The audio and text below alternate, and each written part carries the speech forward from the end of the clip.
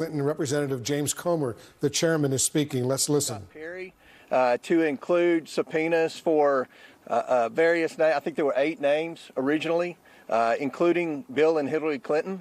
Everyone that was included in that subpoena has already either been interviewed by the Oversight Committee or sent in a statement that they had never met Epstein and had no knowledge of the investigation, except the Clintons.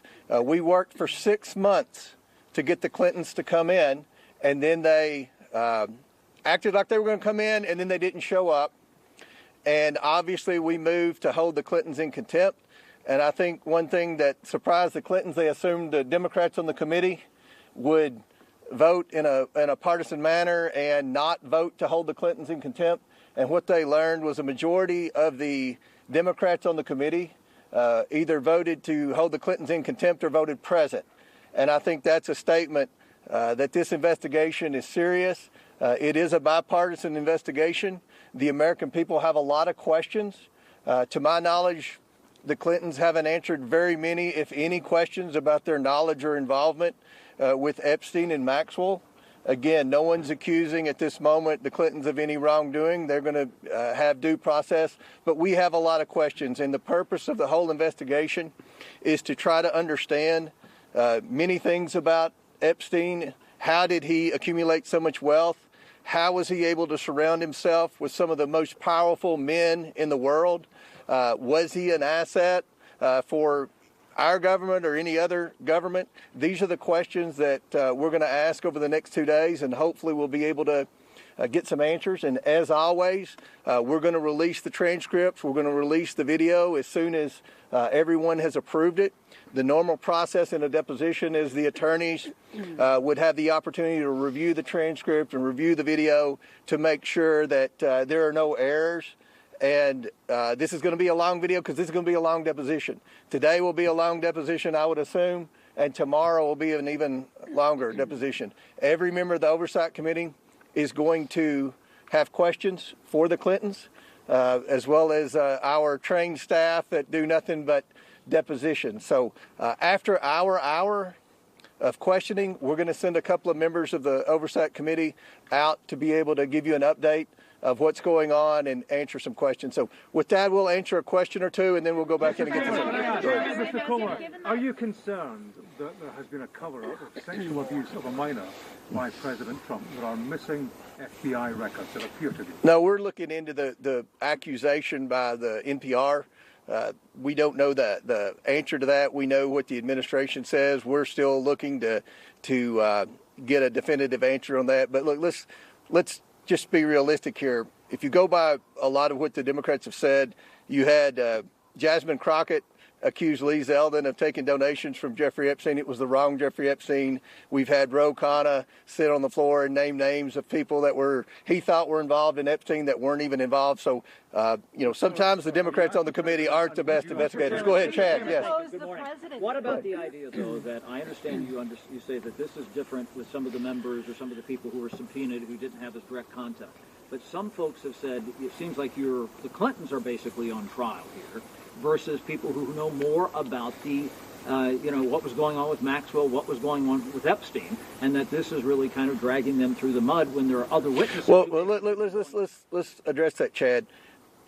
The Democrats voted to subpoena the Clintons. The Democrats voted with the Republicans to hold the Clintons in contempt. Mm-hmm. So the Democrats have just as many questions for the Clintons as the Republicans. So this isn't a partisan witch hunt. This was a bipartisan motion supported by the Democrats to bring the Clintons in. So I don't think it's any type of being unfair in any way to the Clintons. They've never answered questions, unlike President Trump, who gets questioned every day by just about every one of you about his knowledge or involvement with Epstein. To my knowledge, the Clintons haven't answered very many questions about Epstein. So we'll do one more question. Go ahead. So in the spirit of bipartisanship, would you then ask the Commerce Secretary Howard Lutnick to come testify? It seems like he has some information. That's very possible, and I think I think it's a good possibility that his name will arise in some questioning today. It'll be on my list, and I have an email I printed off for Hillary to ask about Howard Lutnick today. Okay. So God's watching. We're asking again, and I want to remind everyone, we've already brought in Alex Acosta and Bill Barr for depositions. That's 2 Republicans in the Trump administration. So this isn't just about Democrats. This is about anyone that has any knowledge of Epstein, the investigation. I think we all agree the government failed. The government failed the victims. And what our role is, we can't prosecute anyone. But what we have been doing is getting transparency to the American people. We subpoenaed the estate. That had nothing to do with the discharge petition. We subpoenaed the documents for the estate. That's what the victims asked us to do. And what you're seeing is there is accountability finally happening. You've seen at least a dozen very powerful people, men and women, who have already resigned, many in disgrace from their board positions. So we're seeing accountability, but we have a desire to see a lot more accountability. We want to get the answers, and hopefully the next 2 days will be a step in the right direction on our investigation. Anybody else have anything to add? Go ahead. One more, and then that's it. Well, that being said, I mean, Hillary Clinton has said she has no links to Jeffrey Epstein. She doesn't recall meeting him. So what specific information do you believe she has that warrants her testimony? Well, you'll see. I mean, we're going to ask a lot of questions, but with respect to when you look at all the co-conspirators, and we've all seen the unredacted documents, Maxwell is the main co-conspirator. No one brought more women in and lied to more women about what was going to happen with their involvement with Jeffrey Epstein than Ghislaine Maxwell. We know that obviously Maxwell was a guest at Chelsea Clinton's wedding. There weren't many people that went to that wedding. So, again, we're not accusing Hillary Clinton of wrongdoing. We know that Jeffrey Epstein said many times in emails that he was the first person to raise money for the Clinton Initiative, the Clinton Foundation, that he solicited money at some of his properties for the Clinton Foundation. Again, that's not saying anything's illegal, but there are a lot of questions pertaining to Secretary Clinton with respect to Epstein and his involvement in the Clinton Initiative and her relationship with Ghislaine Maxwell. So we'll come out every hour when we get finished, and different members will update you and answer any questions. Thank you all. The Clintons forced to go to Washington and taxpayers. All right, so there you have the chairman of the House Oversight Committee, James Comer, briefly speaking about what he anticipates will unfold over the next few hours as they begin this deposition of Hillary Clinton today, and then tomorrow follow up by a much more important deposition, the former President Bill Clinton. Yeah, and of course we'll be tracking all of this closely. We'll be right back.